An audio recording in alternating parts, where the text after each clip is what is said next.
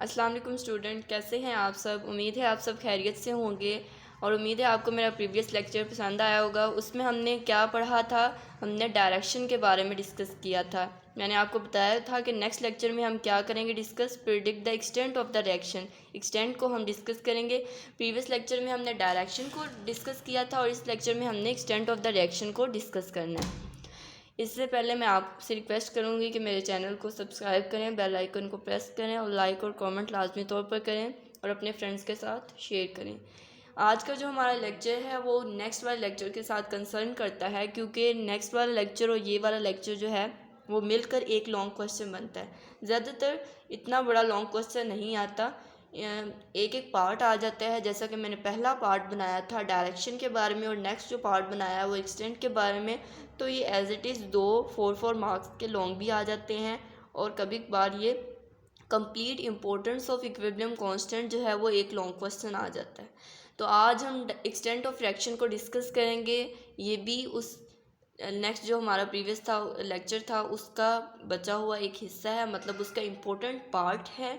उसके बगैर ये जो है वो लेक्चर, यानी उस लेक्चर के और इस लेक्चर को मिलाकर ये इम्पोर्टेंट लॉन्ग है। उसके बगैर ये जो इम्पोर्टेंस ऑफ इक्विलिब्रियम कांस्टेंट है वो कंप्लीट नहीं होता। ठीक है, स्टार्ट करते हैं अपने लेक्चर को, जो कि एक्सटेंट ऑफ द रिएक्शन है। एक्सटेंट पहले भी मैंने आपको बताया कि ये हद होता है। इसका मतलब क्या होता है, हद, रिएक्शन की हद, कि रिएक्शन कहाँ तक जा सकता है उसको हमने प्रिडिक्ट करना है। ठीक है, अब हम कैसे प्रिडिक्ट करेंगे उसके मैंने 2 पॉइंट्स बनाए हैं।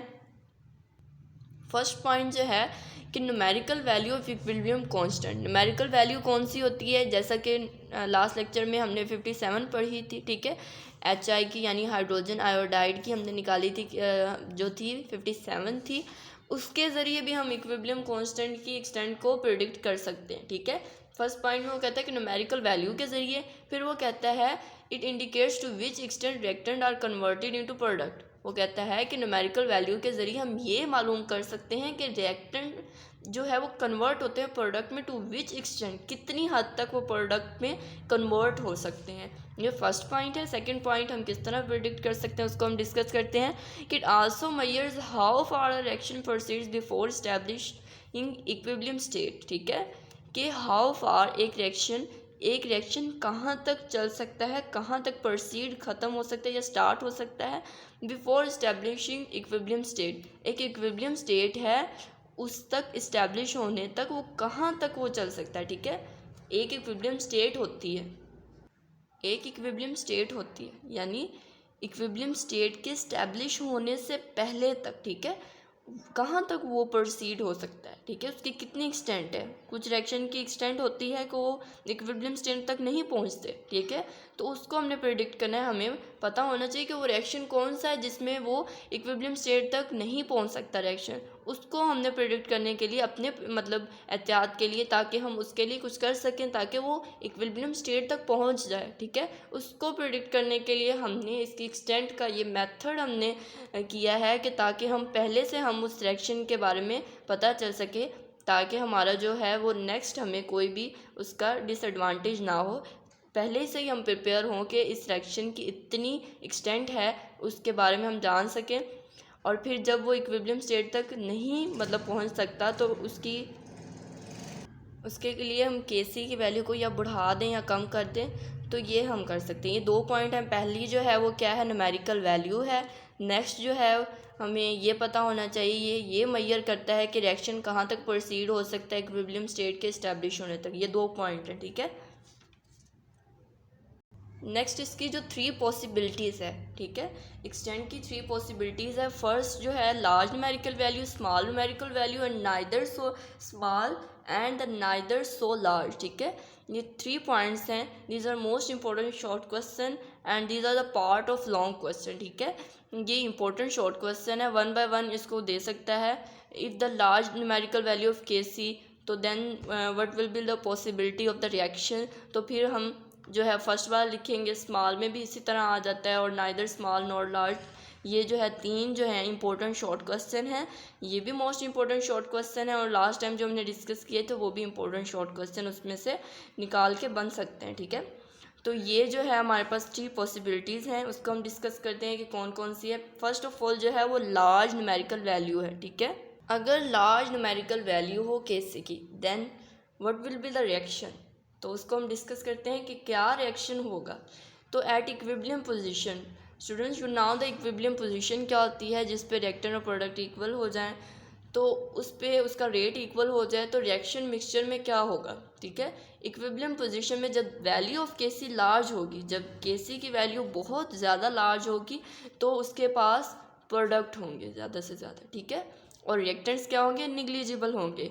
अब देखें, अब हमारे पास एक चीज़ रिएक्शन जो है, अब प्रोडक्ट हमारे पास ज़्यादा है, रिएक्टेंट कम है, तो आपको खुद पता होना चाहिए कि जब रिएक्टेंट कम हो गए हैं और प्रोडक्ट ऑलमोस्ट ज़्यादा है, तो रिएक्शन जो है वो फॉरवर्ड की तरफ जा रहा है, और जब फॉरवर्ड की तरफ जा रहा है तो it's means it almost gone to completion. तो ये पॉइंट तो हमें एज इट इज़ समझ आ जाना चाहिए, जब ये 2 पॉइंट कि हमारे पास प्रोडक्ट ऑलमोस्ट कंप्लीट, ऑलमोस्ट ज़्यादा है और रिएक्टेंट निग्लिजिबल है, तो रिएक्शन क्या हो गया, ऑलमोस्ट गोज टू कंप्लीशन। इसके लिए हमारे पास एग्जांपल है, carbon monoxide and the oxygen react करते हैं, it is a reversible reaction, और क्या बनते हैं, कार्बन डाइऑक्साइड। इसमें केसी की वैल्यू इज़ अ लार्ज, ठीक है, 22 power of 22, it's a large value, ठीक है।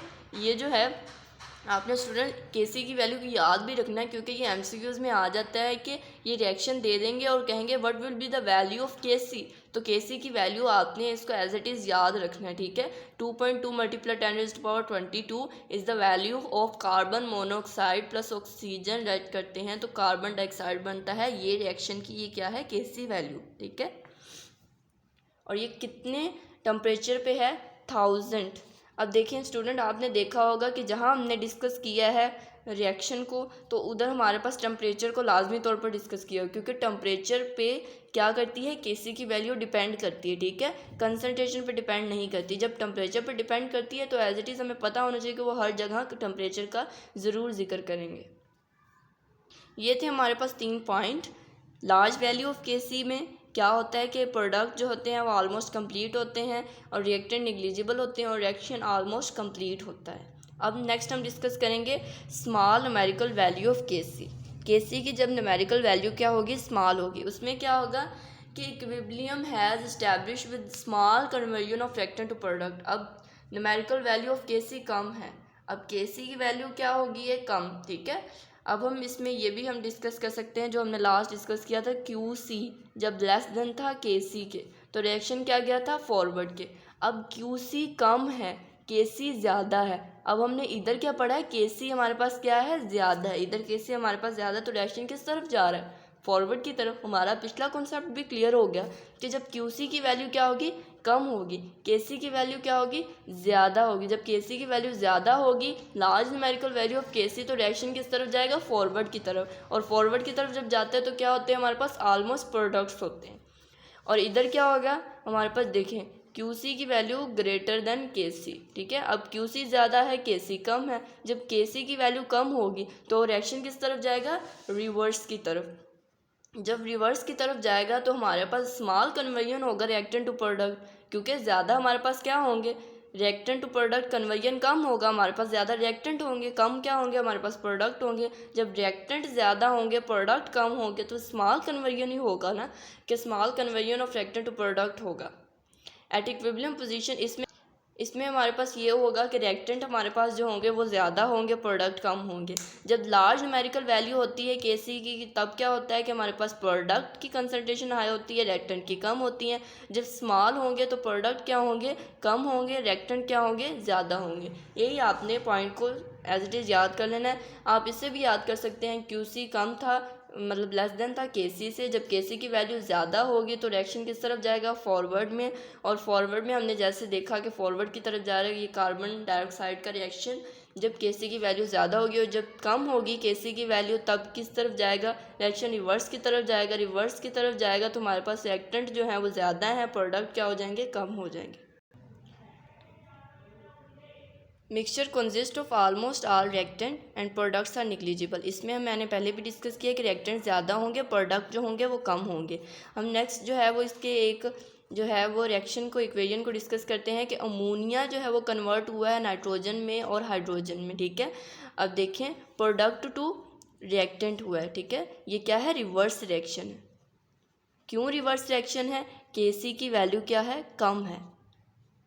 ये पॉइंट आपका कॉन्सेप्ट क्लियर होगा कि जब Kc की वैल्यू कम होगी तो रिएक्शन किस तरफ जाएगा, रिवर्स की तरफ। और रिवर्स की तरफ कब जाएगा, जब हमारे पास NH3, जब हमारे पास क्या होगी, Kc की वैल्यू कम होगी। जब Kc की वैल्यू कम होगी तो देखें आपके पास Kc की वैल्यू क्या है, 3.0 मल्टीप्लाई 10⁻⁹। अब ये वैल्यू क्या है, हमारे पास कम है, ठीक है। इसमें क्या, रिएक्शन जो है never goes to completion, complete होने की तरफ नहीं जा रहा। हमारे पास जो प्रोडक्ट है वो रिएक्टिंग की तरफ अभी कंप्लीट मतलब कन्वर्ट हो रहे हैं। तो इट्स रिएक्शन इज़ नॉट कम्प्लीन, मतलब गोज टू कम्प्लीन मतलब कंप्लीट की तरफ नहीं जा रहा, ऑलमोस्ट निग्लिजिबल है, क्योंकि हमारे पास जो प्रोडक्ट है वो निग्लिजिबल है, रिएक्टेंट क्या है, हमारे पास ज़्यादा है।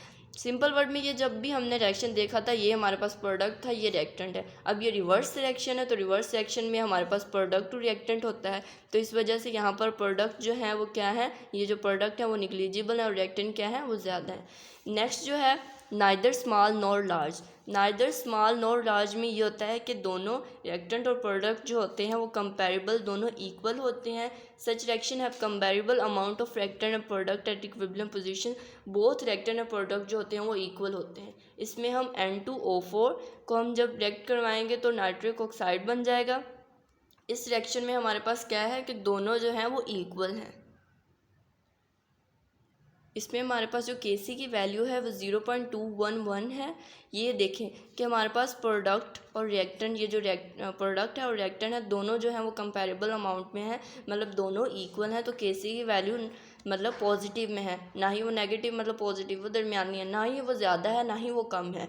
तो ये 3 पॉइंट है स्टूडेंट जो मोस्ट इंपॉर्टेंट है। फर्स्ट ऑफ ऑल हमने डिस्कस किया कि लार्ज न्यूमेरिकल वैल्यू, इसको पढ़ने से हमारे पिछले जो कॉन्सेप्ट हैं डायरेक्शन के बारे में वो भी मज़ीद जो हैं वो क्लियर हो गए हैं। और नेक्स्ट जो हमारा टॉपिक था जिसमें हमने ये डिस्कस किया extent of the reaction, large numerical value होगी तब क्या डायरेक्शन होगी, तब क्या मतलब जो रिएक्शन है वो किस तरफ एक्सटेंड जाएगा, मतलब किस तरफ वो फॉरवर्ड की तरफ जाएगा, रिवर्स की तरफ जाएगा। स्मॉल होगी तो क्या होगा, जब इक्वल होगी तो तब क्या होगा।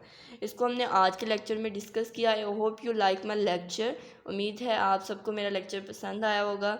आपने इसको लाजमी तौर पर करना है। नेक्स्ट लेक्चर में हम नेक्स्ट को डिस्कस करेंगे। अब हमारा ऑलमोस्ट ये चैप्टर जो है चैप्टर नंबर 1 कंप्लीट हो चुका है। नेक्स्ट लेक्चर में हम शॉर्ट क्वेश्चन को डिस्कस करेंगे, MCQs को डिस्कस करेंगे और हमारा ये चैप्टर कंप्लीट हो जाएगा। और फिर हम नेक्स्ट चैप्टर नंबर 2 को डिस्कस करेंगे। तब तक के लिए स्टूडेंट्स, अल्लाह हाफिज़।